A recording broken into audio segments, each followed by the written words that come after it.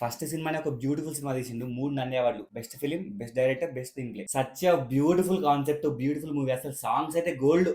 ఈ సినిమా ఆర్యన్ రాజేష్ అయినా కూడా ఈ సినిమాలో హీరో మాత్రం ది ఓజీ సునీల్ అన్న. One of the best comedy films ever made. ఇప్పటికి కూడా బోర్ కొడితే ఫస్ట్ ఓపెన్ చేసి వెంకీ కామెడీ సీన్స్. ఎంత ఆర్గానిక్ కామెడీ, ఎంత బ్యూటిఫుల్ కామెడీ. సినిమా సరిగ్గా ఆడకపోయినా కూడా ఆ ఫాదర్ అండ్ సన్ ఎమోషన్ ఎంత బ్యూటిఫుల్ అంటే ఇప్పుడు కూడా వల ఏడ్చేస్తా. మంచు విష్ణు ఏ జన్మలో పుణ్యం చేసుకునేమో కానీ శ్రీనివాస్ చేతిలో పడ్డాడు. ది బెస్ట్ మూవీ ఇచ్చింది ఆయన. చిన్నప్పుడు ఒక గ్రేటెస్ట్ కన్ఫ్యూజన్ ఏంటంటే వెంకయ్య దుబాయ్ సినిమా బికాస్ సేమ్ క్యారెక్టర్స్ ఉంటాయి. విలన్ పర్ఫార్మెన్స్ తో భయపెడతాడు. ఒక మంచి సినిమా, the best commercial romantic comedy ever made. అప్పటిదాకా సినిమా బాగున్నా గానీ ఎప్పుడైతే బ్రహ్మి సెకండ్ హాఫ్ ఎంటర్ అవుతాడో సినిమా ఇట్లా ఎవరెస్ట్ పీక్ వెళ్ళిపోయింది. నాగమావల్ అంటే ఒక సీనియర్ స్టార్ ని ఎంత బాగా వాడుకోవాలో శ్రీనివాస్ దగ్గర చూసి నేర్చుకోవాలి. అసలు నాగమావలో మాయమైపోయిన కామెడీ ఇట్లా బయటకు తవ్వి తీసింది ఆయన. ఇప్పటికీ ఎప్పటికీ బ్రహ్మి వెంకి వీళ్ళ మధ్య కామెడీస్ చూసి పడి నవ్వుకుంటా. బట్ డీప్ డౌన్ నా ఒపీనియన్ ఏంటంటే ఈ సినిమా తన గ్రేట్ పొటెన్షియల్ సరిగ్గా వాడుకోలేదేమో. The best commercial movie ever made Srinivas career and Babu career. దెబ్బకి ఇండస్ట్రీ హిట్ అయిపోయింది. మగధీర రికార్డ్స్ లేపేసింది. ఈ సినిమా సెకండ్ హాఫ్ లో బ్రహ్మి ఎంటర్ అవ్వకపోయింది మాత్రం సినిమా షెడ్కి వెళ్ళిపోయింది. ఈవెన్ దో సినిమా బానే ఉన్నా కానీ ఇక్కడ అవే కాన్సెప్ట్ రిపీట్ చేసిందేమో అనిపించింది. అస్సలు ఆగలేదు. చాలా ఫాస్ట్ గా థియేటర్స్ నుంచి వెళ్ళిపోయింది.